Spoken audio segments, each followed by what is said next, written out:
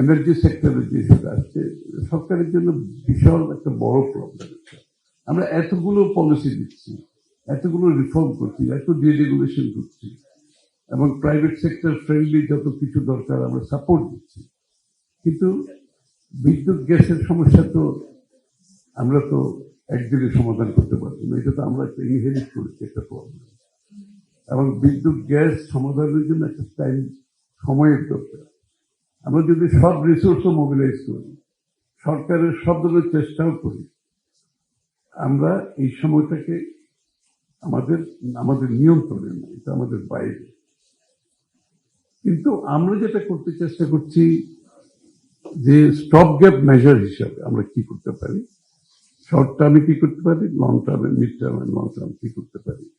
এই জন্য গ্যাসের একটা বিশাল একটা সমস্যা আমি জানি ডে টু ডে বেসিসে আমাদেরকে ফেস করতে হচ্ছে। এই জন্য একসাথে আমরা 2-3-4টা এফএসআরইউ নেগোশিয়েট করতেছি, কিন্তু এফএসআরইউ বললে তো কালকে সকালে হয় না। এটা এফএসআরইউ নেগোশিয়েট করতে হয়, এটা আসবে, ইনস্টল করবে, এটার সাথে অনেক কিছু জড়িত আছে। তো এইগুলো আমরা একসাথে নেগোশিয়েট করছি।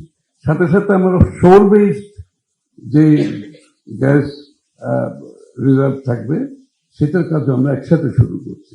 ইকুয়ালি অয়েল আমরা প্রত্যেকটি এনার্জি সেক্টরে 3 মাসের রিজার্ভের জন্য এনশিওর করতে চাচ্ছি।